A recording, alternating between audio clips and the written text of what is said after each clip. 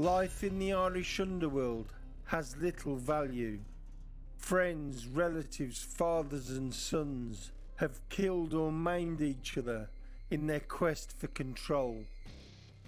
Gone are the days when testosterone-filled young men fought with their fists to settle disputes. Anthony Kelly and his late brother Michael are described by the media as the toughest street fighters the city of Limerick has ever produced. In the 1960s, 70s and 80s, they would fight any man with their fists. But when drugs arrived in Limerick, so too did guns, and the Kellys were catapulted into a world of murder and mayhem that even they struggled to comprehend. When I was growing up, maybe 1972, 73, and it was only petty things. Well, there was very little for anyone to do. There was no amenities, there was nothing for anyone. And today it's still the same. You're hanging around doing nothing, like. And a lot of people in those days, you wouldn't have to go to school either. A lot of people wouldn't be at school. The youth, like.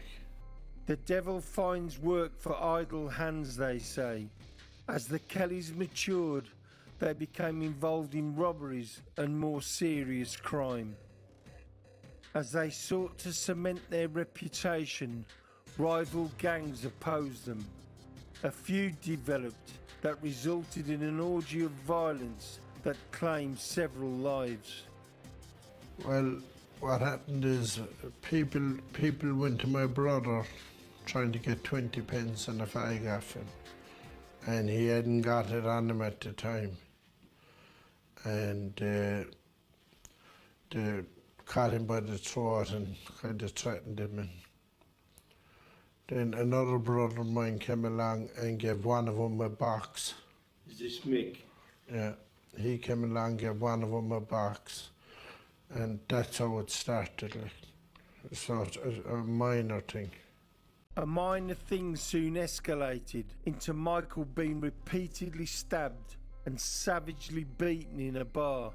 Michael was pronounced dead by a policeman at the scene, but miraculously he survived. My brother was in there, Mike, and when he went outside, people attacked him outside and stuck glasses in him. And my mother came out of there and she thought he was dead in the ground. But he pulled through anyway, but he was in a bad way that time. He was able to get attacked by a few people. Michael believed that a 24-year-old hard man named Thomas Coleman had glassed him in the face, and so he went to his home to confront him. When Coleman answered the door, he was stabbed to death. Michael was charged with the murder and remanded in custody to await trial. 2 months later, 5 members of the McCarthy family attacked Anthony Kelly as he sat in a bar socialising with a female friend. In the bloody battle that ensued, Tommy and Sammy McCarthy were stabbed to death. I was just sitting down there. I was only there on my own and in the company of women, like, you know. And they came in and attacked me, and I received injuries out of it. They weren't life-threatening injuries, but I did receive injuries. And 2 of them got killed in, the people that came in. The pub was packed and it was just mayhem in the pub. They got stabbed to death. And I was accused of doing it, and I went through a trial and I was found not guilty at the trial. Like his brother Anthony, Michael Kelly was also found not guilty of murder. Back on the streets and short of money, Michael had been approached by his old friend Eddie Ryan, an infamous thug who pioneered large-scale drug dealing on the streets of Limerick. He asked Michael if he wanted to get involved in the lucrative drugs trade. Michael shocked Ryan and many others by declining the offer and saying that he wanted to get involved in politics.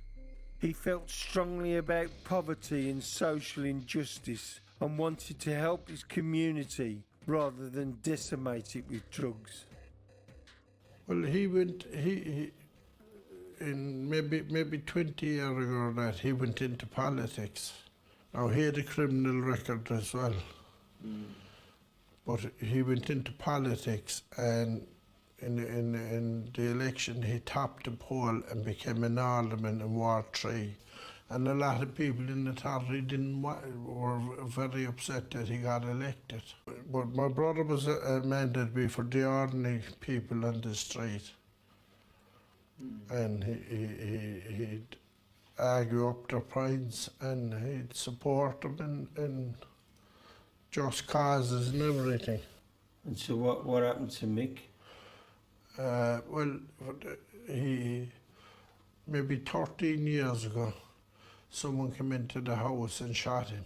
He was in bed. I was arrested, and my two brothers was arrested, and my mother. And what it was is, the word just says the guards putting it around, or they were involved, or we were involved, to make the family even look bad. Death had become an unwanted close companion of the Kelly family. Anthony's brother Damien was found dead in a prison cell in what appeared to be yet another murder. And it went back to, this with the guards goes back even further to 1994, when my brother, he was only 16 years of age, he was murdered. Damien. And he got murdered in 1994. And people admitted what they'd done to him, and they were never prosecuted.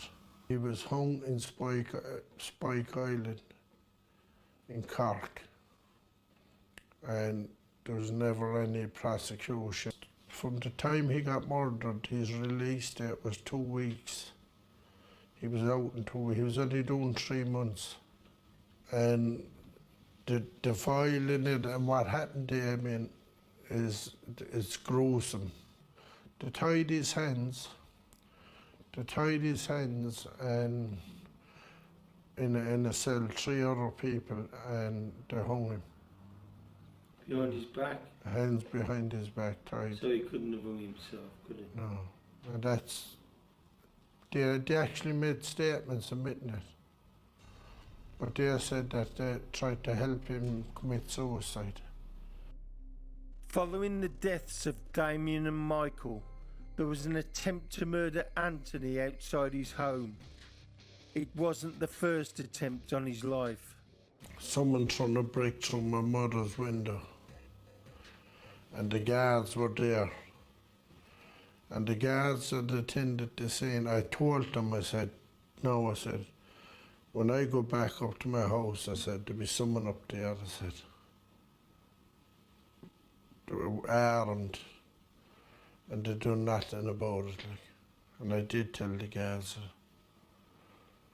But when I went back up then, there was a gunman there with a balaclava waiting. And where did you get shot? Got here, and I got another one, couple here, and my leg is, so the bullets just went straight through me. Just sprayed you? No, it was straight through me from a 9mm handgun. It went straight through. So how many times have you been targeted? People tried to kill you? Well, maybe 10 or 12 times. In January 2011, Anthony was linked to the murder of Des Kelly and his partner Breeder Waters. Both were executed in their home with a shotgun at close range. Like all previous killings that he has been linked to, Anthony denies any involvement. The way it was supposed to happen, and the guards tried to portray it, is that 2 people shot these people in the house over, and they passed my house or went into my house, which never happened. Like, well, what they said was there was something to do with a drug deal or something to do with that.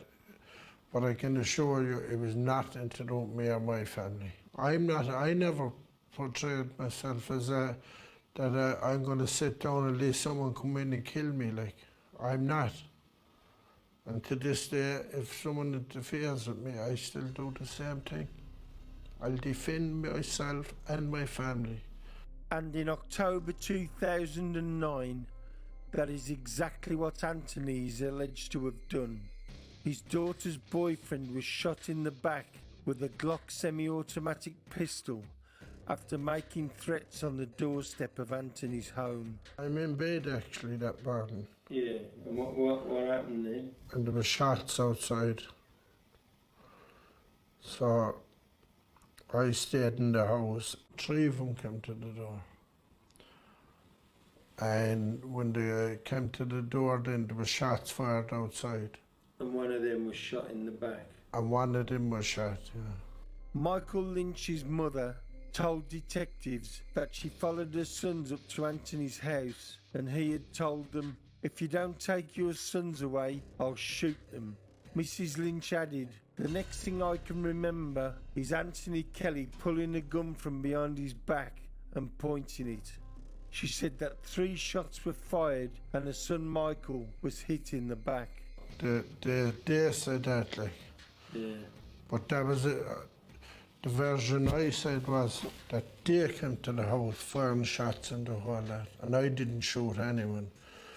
And I was I was arrested on the spot when the guards came, and I was forensically tested and everything, and there was no firearm residue on me, there was no firearm residue on my house, nothing.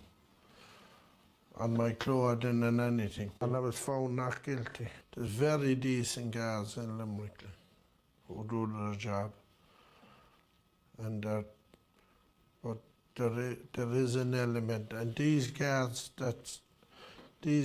in Limerick who know the ones what they're doing. I reckon it's about time that they should come out and expose them and get rid of the bad apples and have a decent guard force in Limerick.